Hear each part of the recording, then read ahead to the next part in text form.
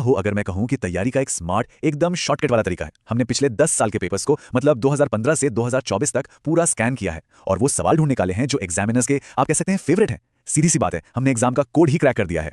तो आज कब से धाकड़ सवालों को देखेंगे और हाँ, आखिर में एक ऐसा सॉलिड स्टडी प्लान भी बनाएंगे जिससे तैयारी एकदम मक्खन हो जाएगी। देखते हैं वो कौन से सवाल हैं जो सीधे सीधे फुल मार्क्स दिला सकते हैं। और ये आया हमारा पहला गोल्डन क्वेश्चन, नाइट्रोजन चक्र। देखो, इसको हल्के में लेने की गलती बिल्कुल मत करना। 2015 से लेकर 2024 तक ये सवाल पूरे, जी हाँ, पूरे 4 बार आ चुका है। अब जरा इस डायग्राम को गौर से देखो। ये पूरा साइकिल दिखाता है कि कैसे हवा वाली नाइट्रोजन पहले जमीन में पहुंचती है, फिर पौधे उसे यूज करते हैं और फिर घूम फिरकर वापस हवा में चली जाती है। बस ये 3 शब्द रट लो, नाइट्रोजन फिक्सेशन, एसिमिलेशन और डीनाइट्रिफिकेशन। जवाब एकदम पक्का हो जाएगा। बायोलॉजी का एक और सुपर हिट सवाल, अमीबा खुद को 2 टुकड़ों में कैसे बांटता है। अरे, ये सवाल भी 3 बार एग्जाम में अपनी सीट पक्की कर चुका है। ये तस्वीर देखो, पूरी कहानी अपने आप समझ आ जाएगी। देखो, पहले न्यूक्लियस खिंचकर लंबा होता है और फिर 2 में टूट जाता है। इसके बाद सेल बॉडी मतलब साइटोप्लाज्म बीच से पिचकना शुरू होता है और बूम, एक अमीबा से 2 नए एकदम सेम टू सेम अमीबा बन जाते हैं। है ना, एकदम सिंपल। चलो भाई, अब गियर बदलते हैं और सीधा चलते हैं फिजिक्स की दुनिया में। ये जाते हैं। अच्छा, फिजिक्स का एक ऐसा सवाल जो सच में दिमाग घुमा देता है। घर्षण यानी कि फ्रिक्शन एक जरूरी शैतान या नेसेसरी इविल क्यों है? और सोचो, ये भी 4 बार पूछा जा चुका है। इसका मतलब साफ है, ये टॉपिक बहुत बहुत जरूरी है।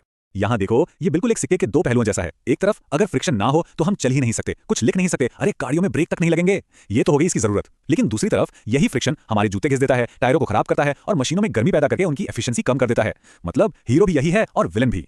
अब आते हैं साउंड पर। यह सवाल कि आवाज को चलने के लिए एक मीडियम की जरूरत क्यों पड़ती है, इसे एक एक्सपेरिमेंट से समझाना होता है। और वो जो बेल जार वाला फेमस एक्सपेरिमेंट है ना, वो 3 बार आ चुका है। ये देखो, यही है वो एक्सपेरिमेंट। एक कांच के जार के अंदर एक घंटी बज रही है और हमें आवाज आ रही है, लेकिन जैसे ही वैक्यूम पंप से सारी हवा बाहर निकाल दी जाती है, घंटी तो अभी भी हिल रही है पर आवाज एकदम गायब। तो इससे क्या साबित हुआ? यही कि आवाज को हवा जैसे किसी दोस्त की जरूरत पड़ती है एक जगह से दूसरी जगह। अरे, मोमबत्ती की लॉ। ये सवाल तो हम बचपन से देखते आ रहे हैं ना, लेकिन इसके अलग अलग हिस्सों को ड्रॉ करके समझाना, ये एक क्लासिक केमिस्ट्री क्वेश्चन है और ये भी 3 बार रिपीट हो चुका है।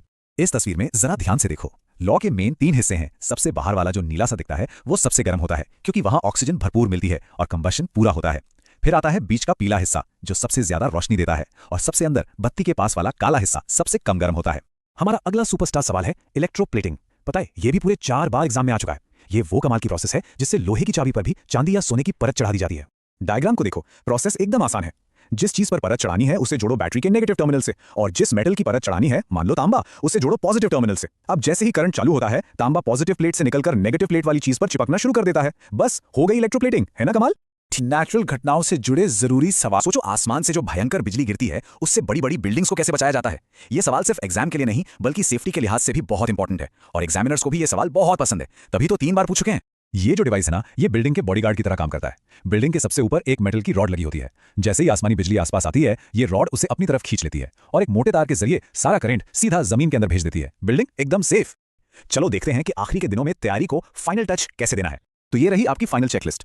ये वो डायग्राम्स हैं जिनकी प्रैक्टिस किए बिना एग्जाम हॉल में जाना मतलब रिस्क लेना है। नाइट्रोजन साइकिल, इलेक्ट्रोप्लेटिंग, मोमबत्ती की लॉ और अमीबा वाला डायग्राम, इन पर अगर कमांड हो गया ना तो समझो अच्छे नंबर पक्के हैं। तो दोस्तों, अब एग्जाम का कोड आपके हाथ में है। हमने वो सारे सीक्रेट्स बता दिए हैं जो टॉप स्कोरर्स यूज करते हैं। अब देर किस बात की, उठाइए पेन और पेपर और बस शुरू हो जाइए। एग्जाम के लिए ऑल द वेरी बेस्ट।